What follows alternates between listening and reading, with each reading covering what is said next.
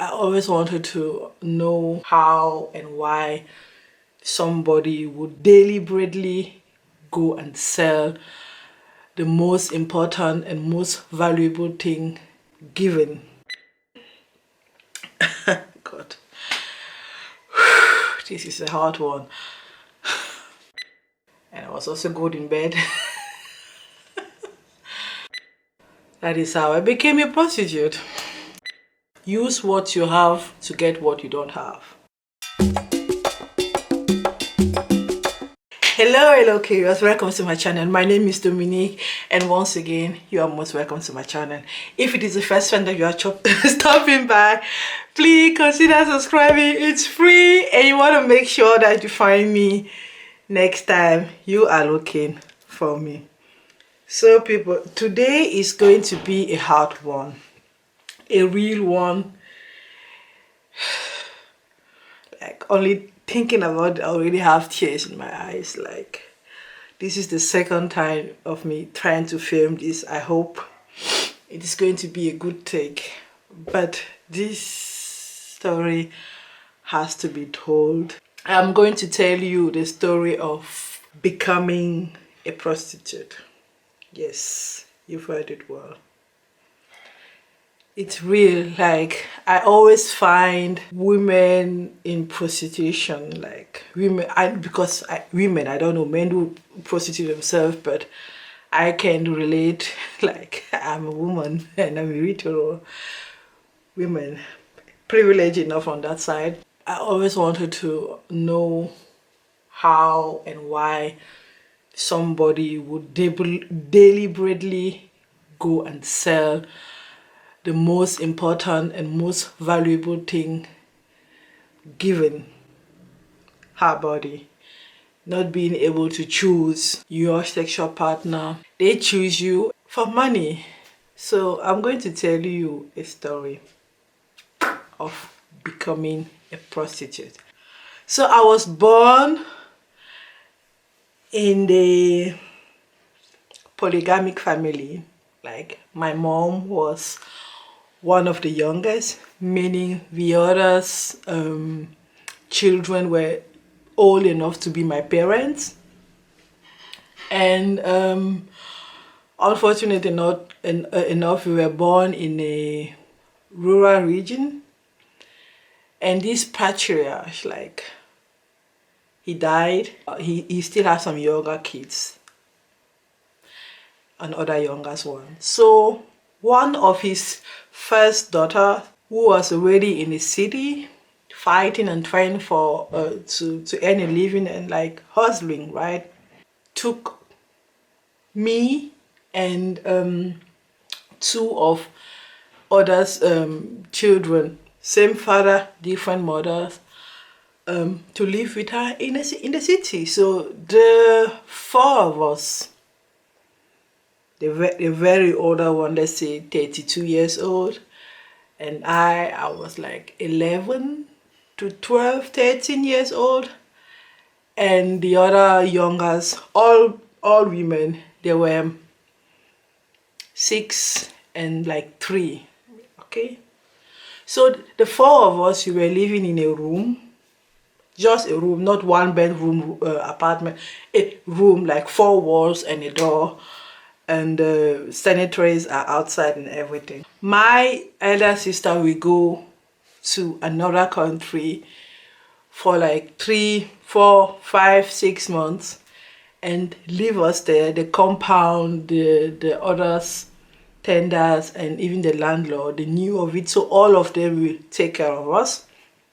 I could already cook, and she will provide financially, and so on and so forth. So sometimes she will go and spend like 5 months without rent, and the landlord will be okay, because once she comes back, she will pay the 5 last month and maybe the 6 next month coming. So it was okay. But this time around, it was too long, and she wasn't picking the call off from the landlord.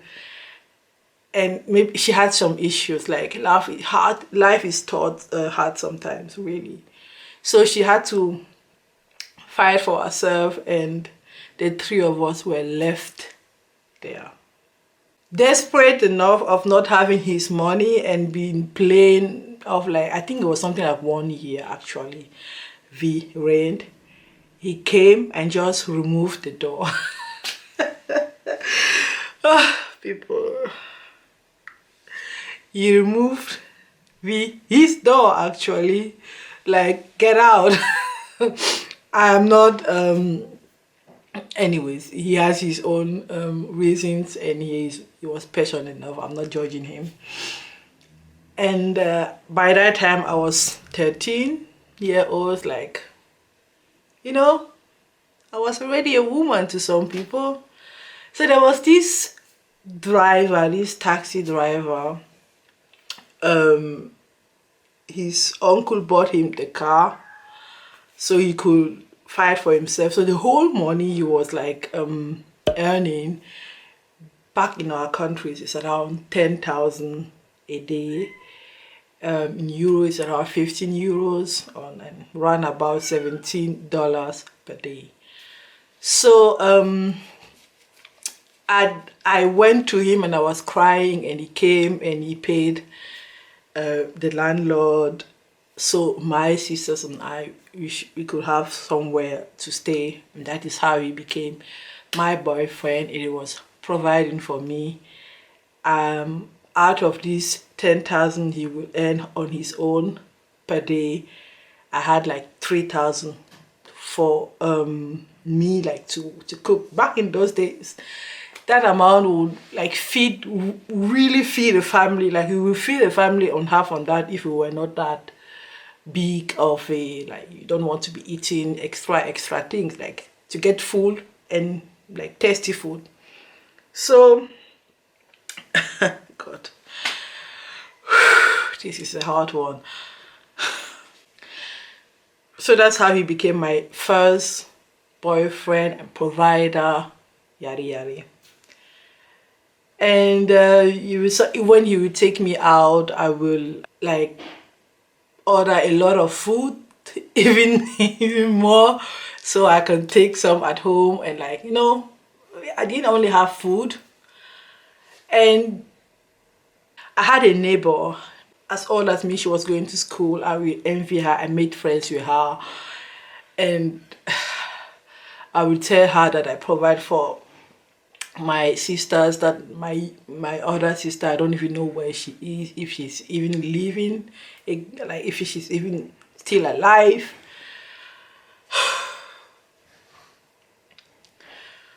God. And I was literally envying her life, and sometimes I would spend time with her and her family, what I never had. So we became friends, and she would go her way, like school, family, and I would go my way with my boyfriend and my younger sisters. And comes times I began to want more, because the clothes were here, everything, and so on and so forth. And we went from 3,000 to 5,000 a day, which, I mean, like, okay, right? And after maybe 1 year, 1.5 years, his family found out that what they gave him to build his own future, to like, I say, a foundation, he was spending it on a woman.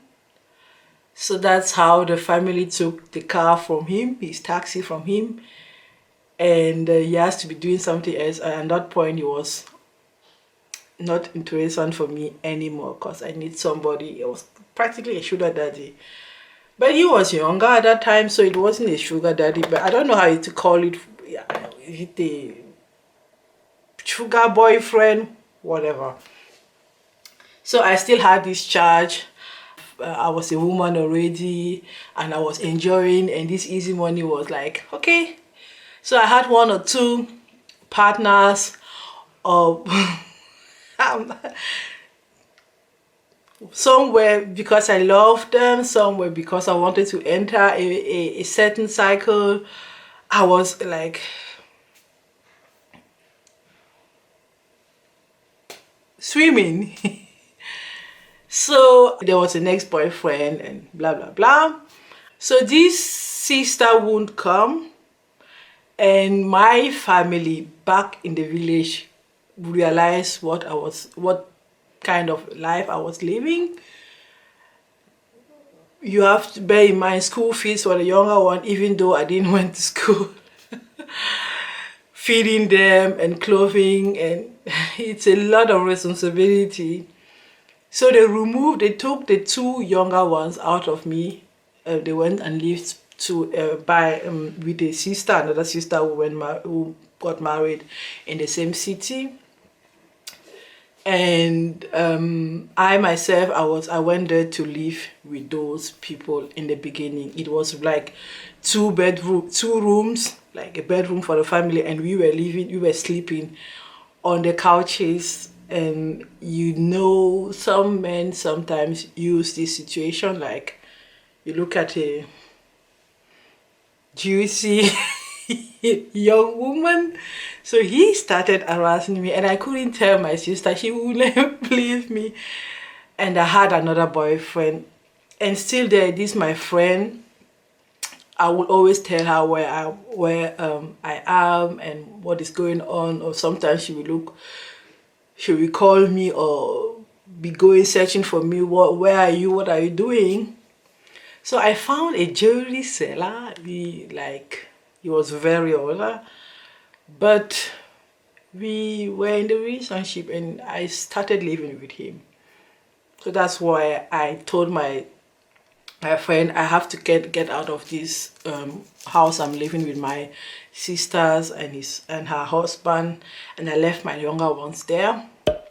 They were not having it. It was hard on them, like the chores and the language. I think the hardest part in suffering is the language. Like, people can really be verbally violent sometimes. Like, they show you and they talk down to you, and if you have been there, you know what I'm talking about. And if you've never been there, mind what you are telling desperate people.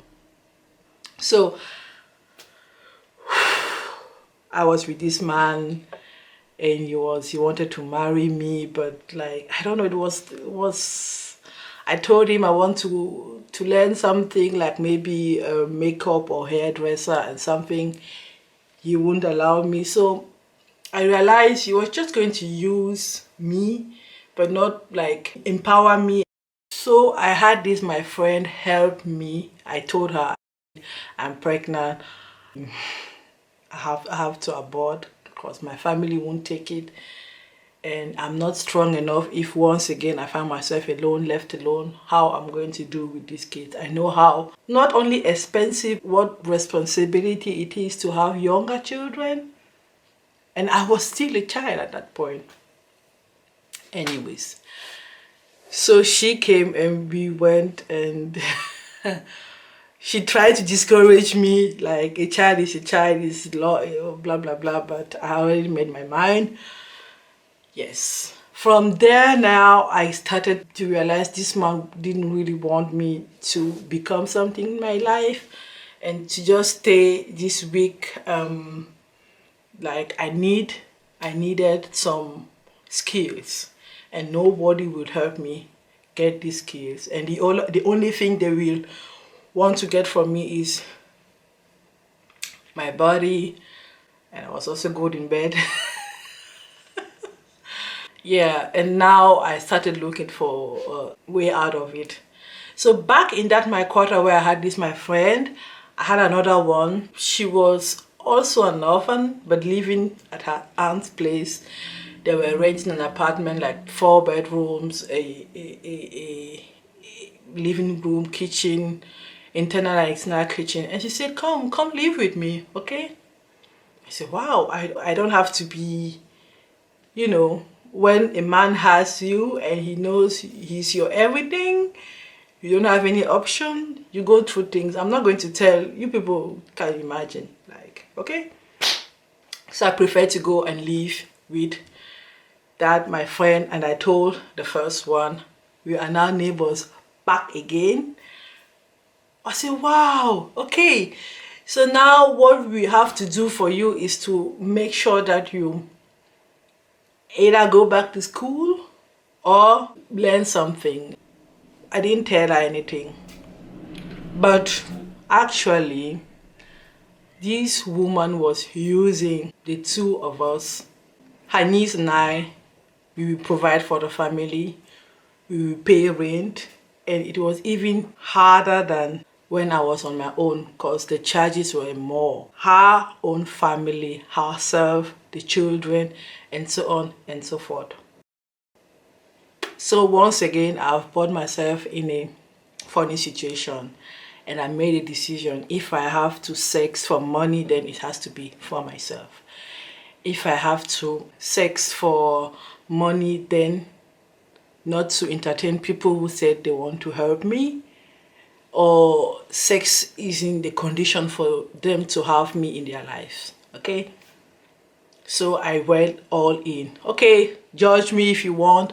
I went all in, and I went even on married men, what am I talking about? Married men, like really men with power and money, side chick, and I wanted it all. So from there, I ran away out of that house, and this woman knew, my friend always knew where I was. Like in the last 5-6 years, she always knew where I was, and she went and reported her to her father and her parent. She just made a story of like, there is this child I'm helping, and your daughter knows where she is. She wants to be prostituting herself, and your daughter won't tell me where she is. And that my friend had a little bit of beef, but he didn't tell the people where I was.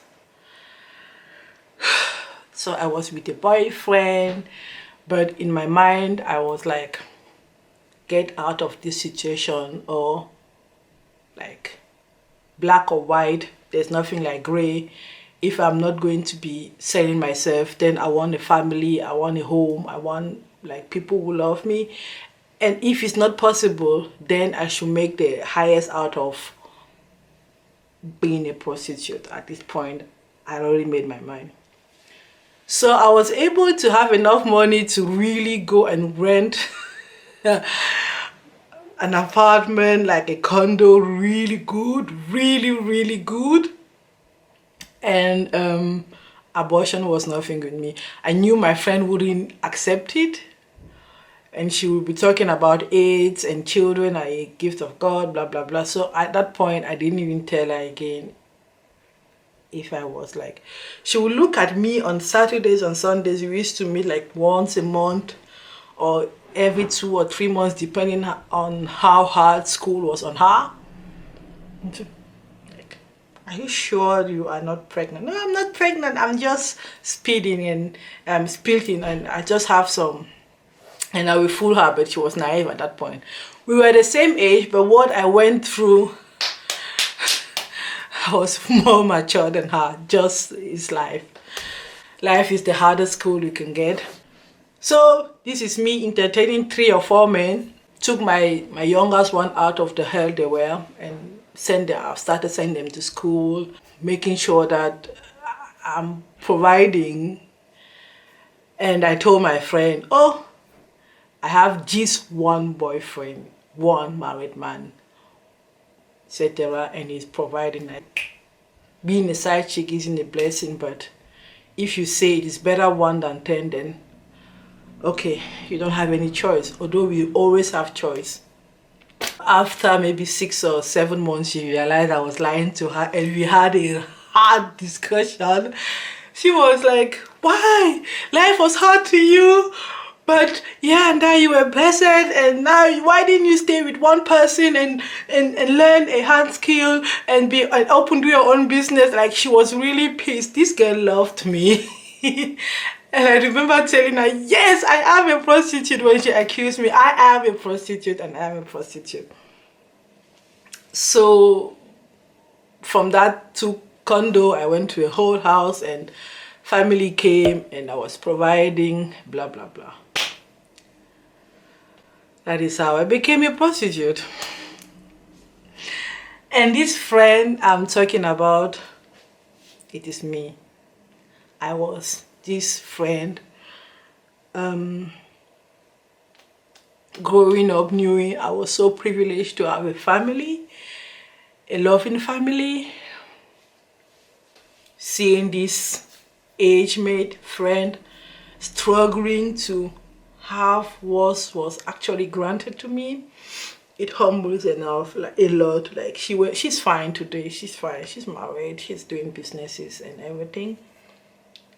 But it's easier for us to judge others for their life, the life they are living, the decisions they are making. Nobody chooses to be born in the family A or B or whatnot. And sometimes we are blessed enough to have people who give us good advices or bad, people who lift us up.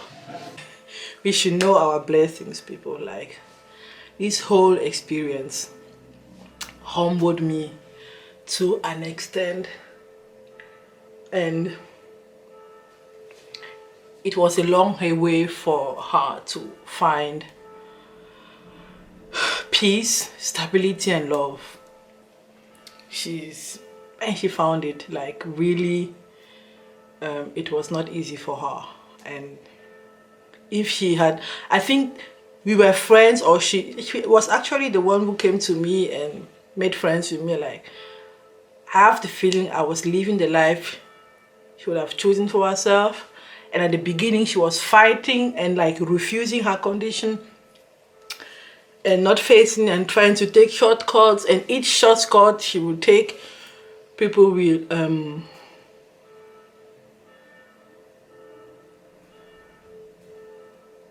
abuse it, and she will go deeper again.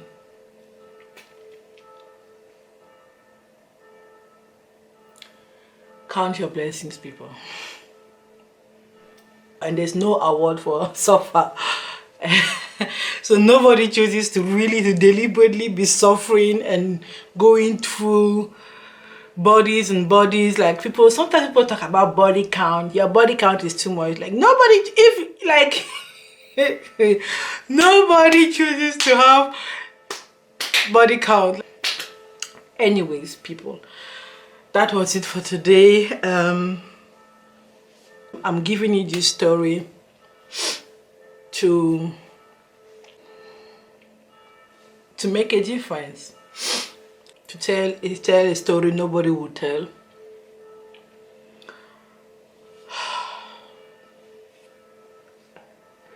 It's hard. Like,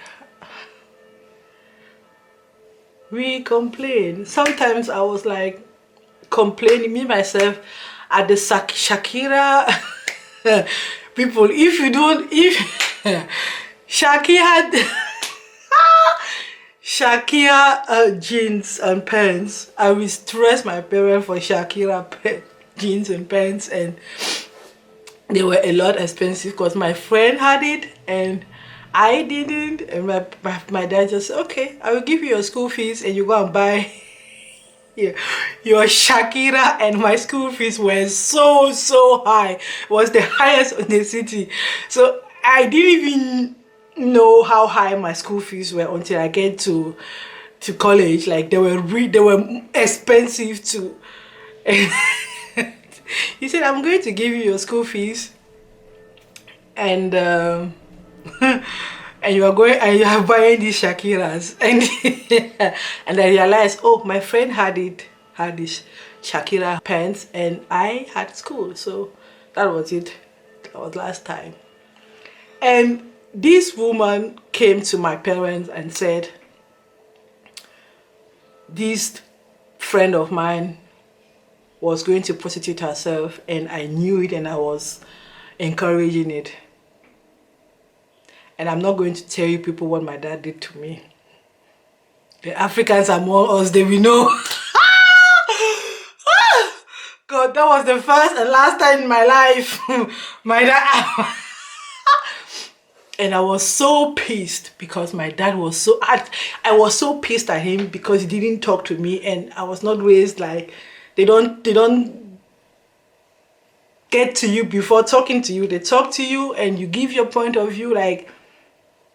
But he was so... I mean, I think he believed the story because it was...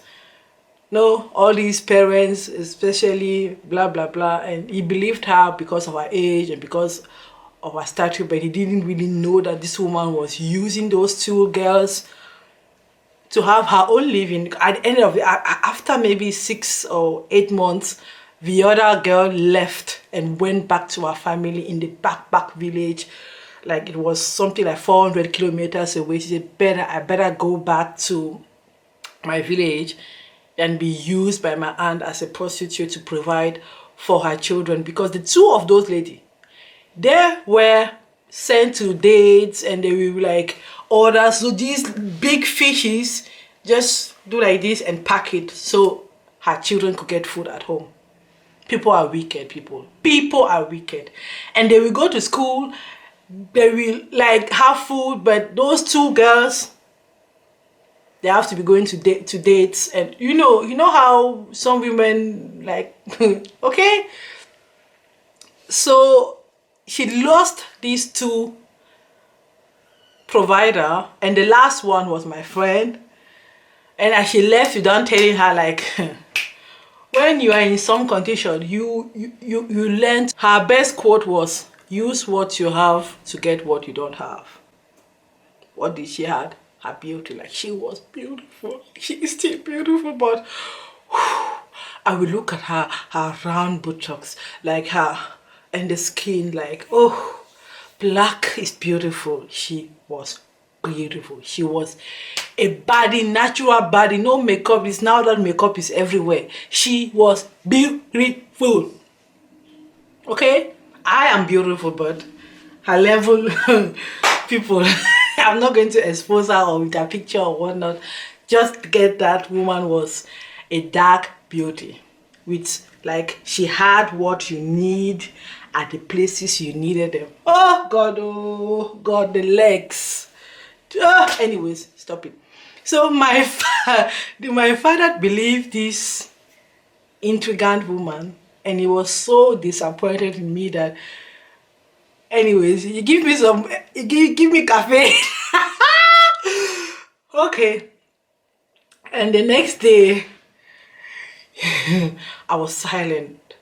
Like, I'm not going to tell you what you used on me. Like, the whole family was surprised. Like, is this our sister?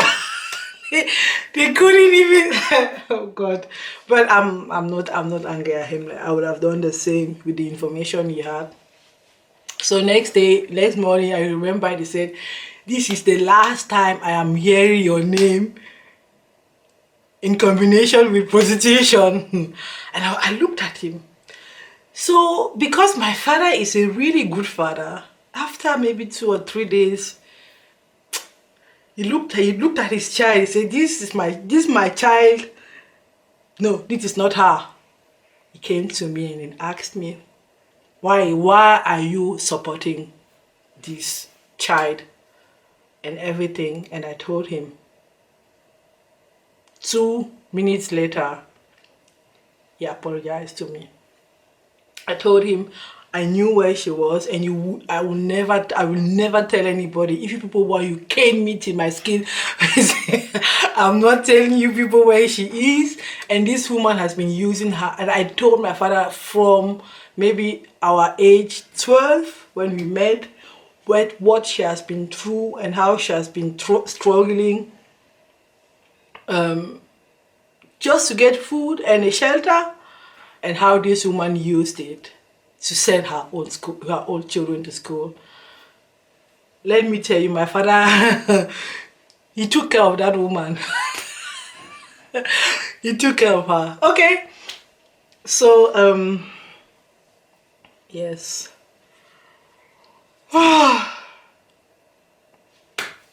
Hard is hard. Life is hard, y'all. I'm done for this story time, and privileges time, like we are privileged.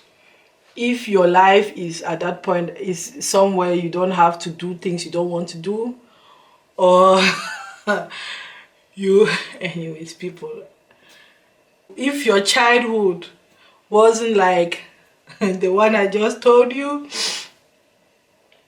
then you are privileged. I don't care if you have food and you have a shelter and you have your pride. Your pride is very important in happiness. You're good. We are good. Okay, that was it for today. If you're washed till now, it means there must be something between the two of us going on. Just confirm it by clicking subscribe down there to make sure to find me next time you're looking for me. Yes, and thanks for watching. See you next time, and stay curious and humble. Mwah. Bye.